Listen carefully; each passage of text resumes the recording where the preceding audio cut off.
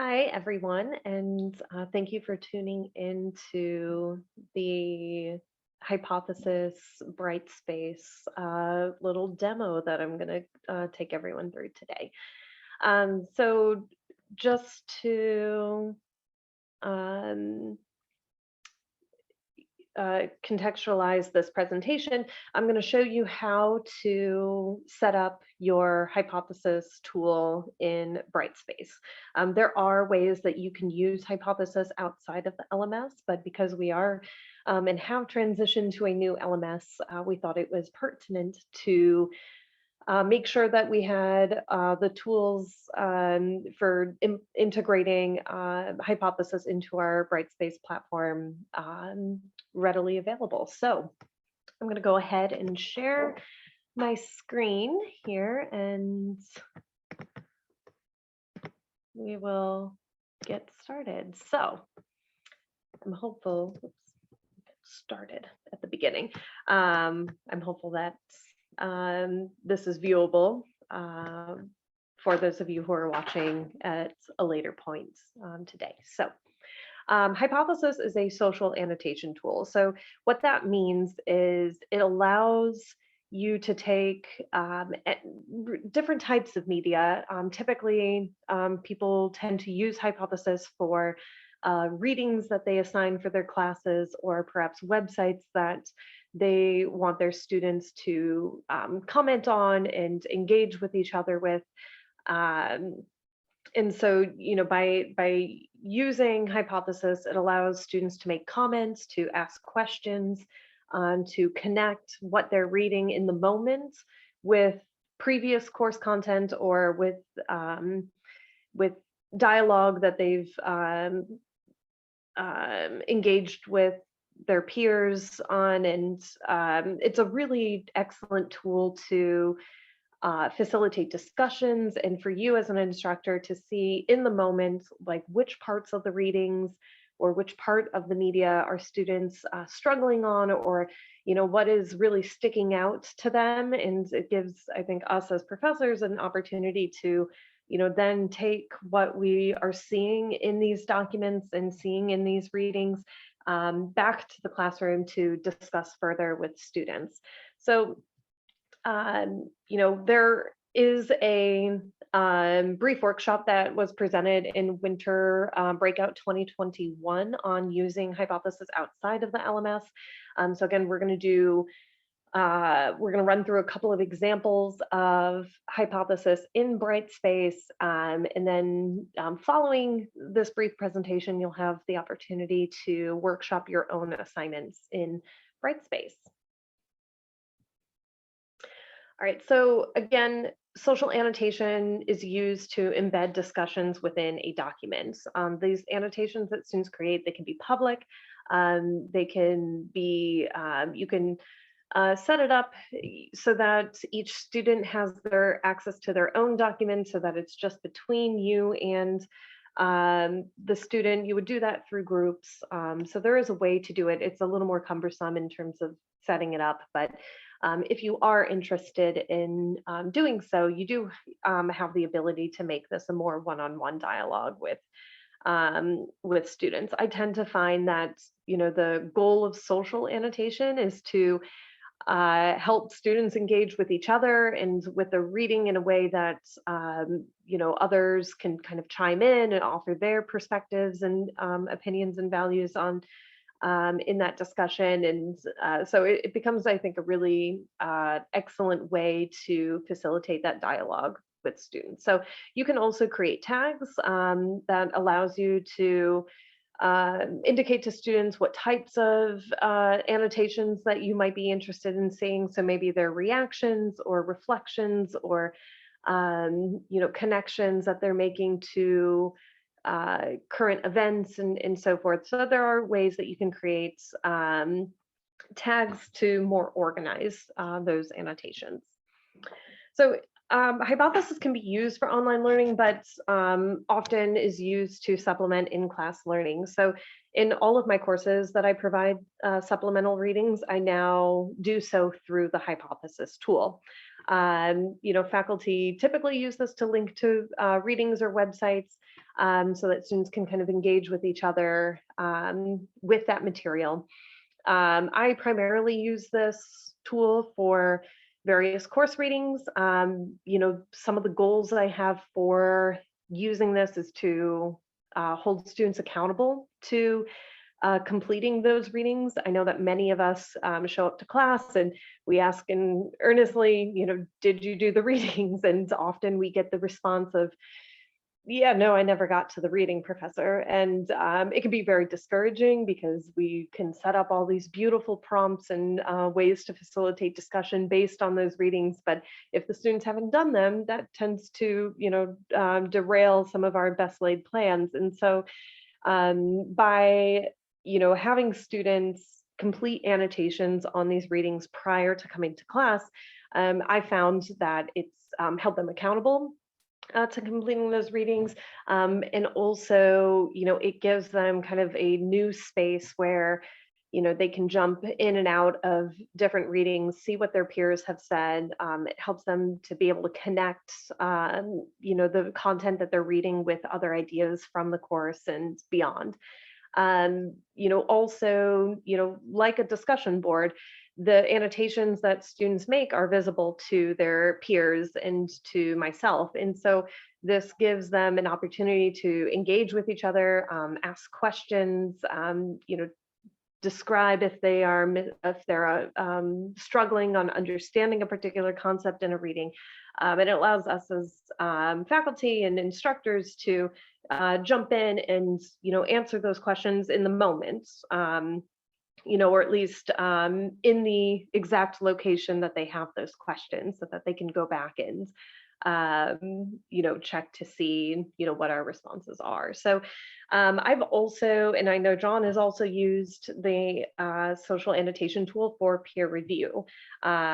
This has actually been really successful for my courses.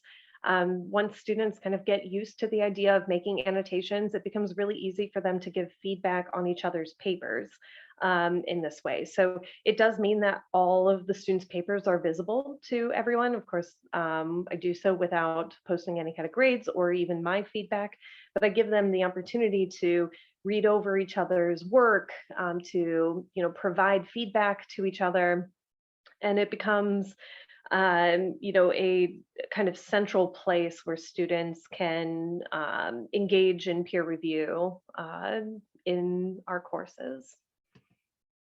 So now I'm going to, after kind of sharing a little bit about why we might use hypothesis, I want to show you exactly how you would do this in BrightSpace. So, I had a slide here at one point in time, and now I'm not quite sure where it is, but the one thing you want to have prepared before you create a hypothesis enabled document is you want to make sure that whatever media you're using, whether it's a website or a PDF or some kind of a Word document, in fact, you have to use PDFs in the hypothesis tool, but it has to be annotatable, right? And it has to be searchable. So students need to be able to highlight a particular line of text so that they can then make comments based on the area that they've highlighted. And so there are, lots of ways you can make a searchable PDF. If you're using a book, the library actually has really good scanners that allow you to make a searchable scanned image.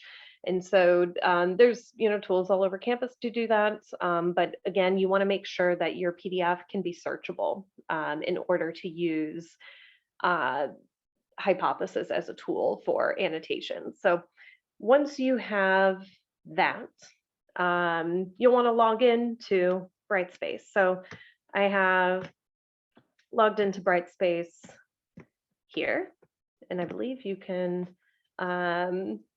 see the course that I've selected. So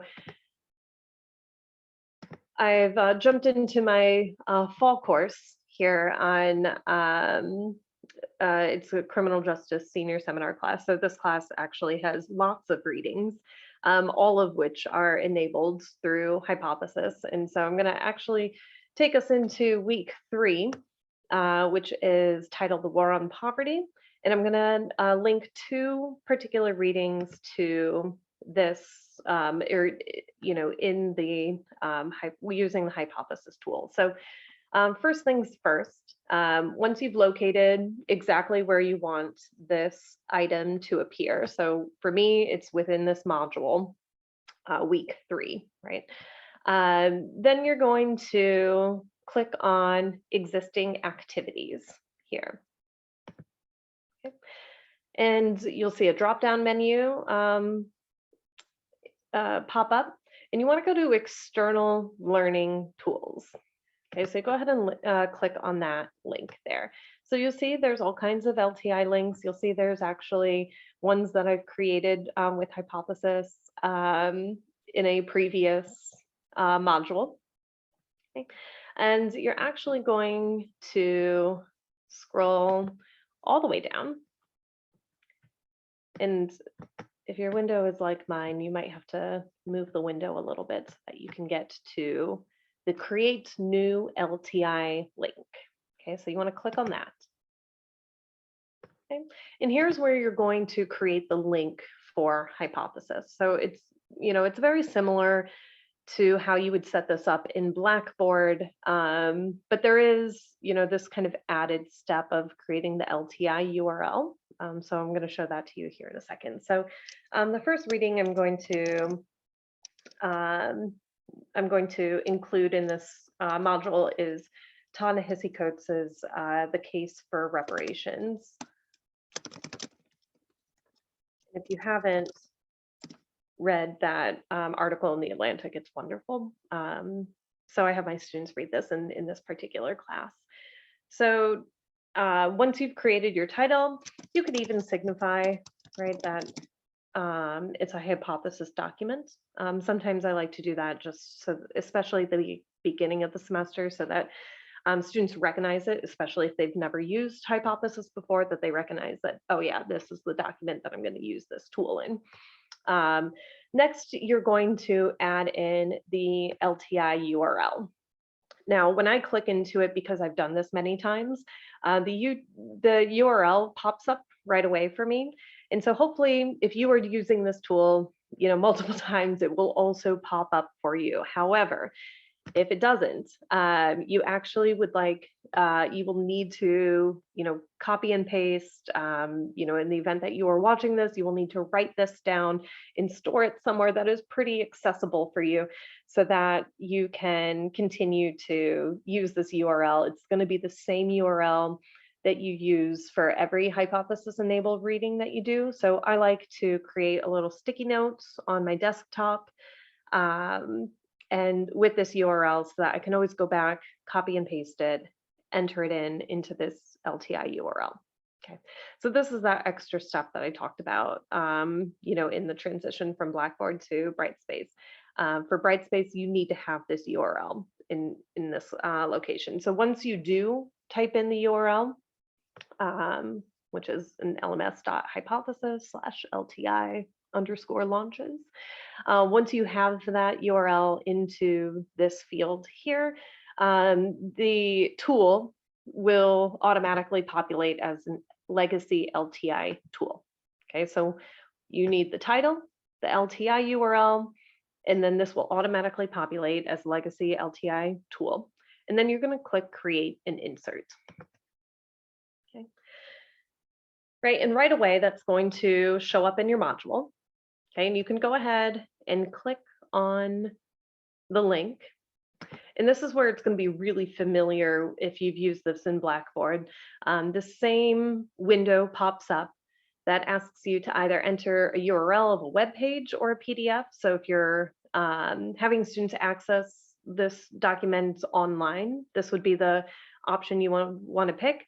You can use a PDF from OneDrive. I'm not a user of OneDrive typically, so I tend to store all of my course readings in my Google Drive. I know many people do this as well. So this is where I tend to select the most often option. So, okay, if you haven't signed in, you have to sign in. And once that's there, I usually do a quick search for the reading that I'd like to do. So here it is, The Case for Reparations by Ta-Nehisi Coates on the Atlantic PDF. So I go ahead and select that, and that will automatically upload and show it as a annotatable document. Okay. So briefly, now that we have it set up in BrightSpace, I just want to show you how you would make an annotation or how you might direct students to make an annotation. So for instance, let's say you're interested in, the story of Clyde's horse with a red coat, right? This kind of reappears later on in the document. You would have students or yourself, right? Create an annotation. They would highlight, with their cursor, a line of text, and they would select on the annotate option. They can also highlight, and highlights are only visible to the user themselves. So you won't see other people's highlights, but you will see your own highlights. And so that's kind of a nice tool for students to help document things that they found important to them.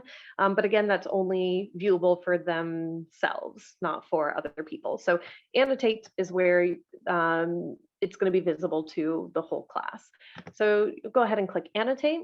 A window box over here on the right will pop up, and you can go ahead and create your commentary on what you've highlighted here for everyone to see. So I could say, be on the lookout for this story later on.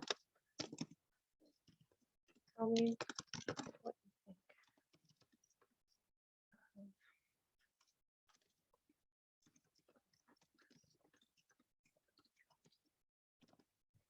Okay, so this is my sort of just quick prompt to students, right?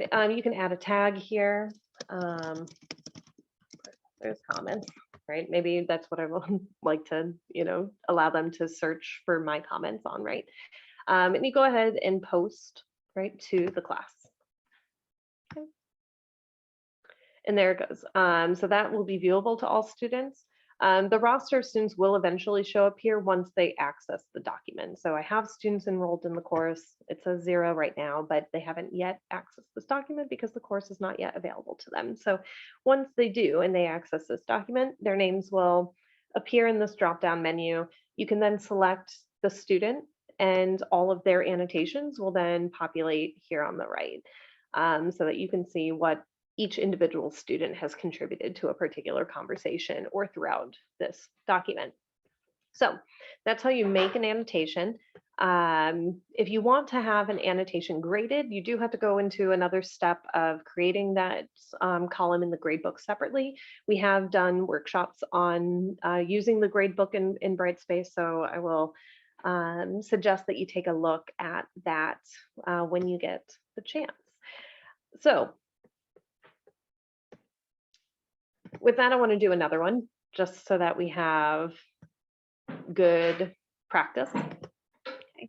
So I'm going to go ahead and add in a second reading. So also in this week, I have students annotate a reading by Elizabeth Hinton out of Harvard, and her book, From the War on Crime to the War, or From the War on Poverty to the War on Crime. And so I have a chapter of her book that students read. So again, I want to go to the existing activities and the external learning tools, right? I'll see that I've created my case for reparations LTI link there. So I could add it again if I wanted to. I already have it, so I'm not going to, but I'll go ahead and create that new LTI link. And this is going to be Hinton's From the War on Poverty.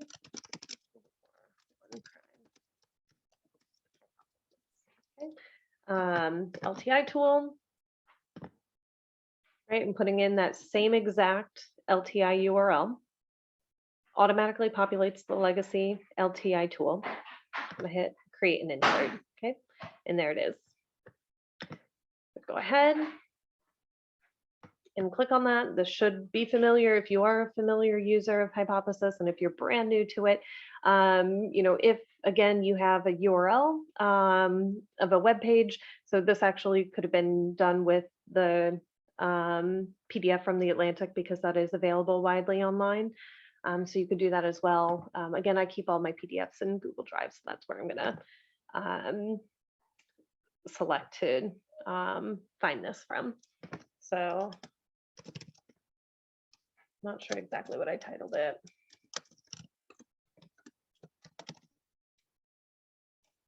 Okay, there we are. War on Black Poverty, from the war on poverty to the war on crime. Okay, so I select that. And here again is that chapter from Elizabeth Hinton's book. So I actually own this book. So when I wanted to make this a hypothesis enabled reading, I went to the library, used the scanners available in the library to make this a searchable PDF, right? So now all of these words can be, highlighted here. One thing you'll want to note is that it will not let you create an annotation if you highlight from one page to the next. Okay, students tend to get really confused about that. So if you wanted to do that, just make sure you let the students know to stick to one page. A little glitch in it, but it works, all the same, right? So there's more annotation here. Okay. Professor's comments, you see how that kind of pops up already because it's something that I've already tagged before. So I can go ahead and click that and hit post to the seminar. Okay, so now students will be able to see what I highlighted. Of course, I forgot the U in unlike, right? What I highlighted and what my annotation is about that highlighted passage. All right, so with that, I'm gonna go ahead and end the recording, but I did want us to just take a look at these step-by-steps that I just walked everybody through here. Again, when you're creating this link in BrightSpace, you want to make sure that you already have the reading accessible, that you are interested in having students annotate. You want to make sure you know exactly where you want that reading to appear. And that's when you're going to go through the steps of inserting that LTI tool through the existing activities, external learning tools, and creating that new LTI link. So here is that link here in the LTI URL field, okay? And then you're going to, again, once you've created and inserted that link, you'll upload your file or connect your file through Google Drive or however you store your file to that link. So other ways you can use Hypothesis, right? So I just showed you how you might use it for a particular reading. I mentioned that I've used it for peer review, which is a really great way, I think, for students to engage in peer review. You can also use it for your syllabus, right? So you can make your syllabus hypothesis enabled and have students make comments and ask questions about the syllabus right in your LMS. You can do this for assignment instructions, again, to allow for questions and answers, clarification points and such for students. And you can use it for reflections on writing assignments. And really there's, the opportunities are kind of endless as long as you're including some kind of a readable document. You can use it in, really any way that serves your class best. So with that, I'm going to go ahead and stop the recording. And if you have questions about setting up Hypothesis in your courses, always feel free to refer back to this video or email John and I. There's lots of people on campus who are using Hypothesis.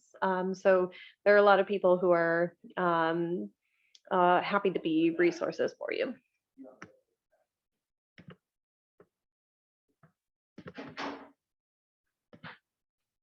Thank you.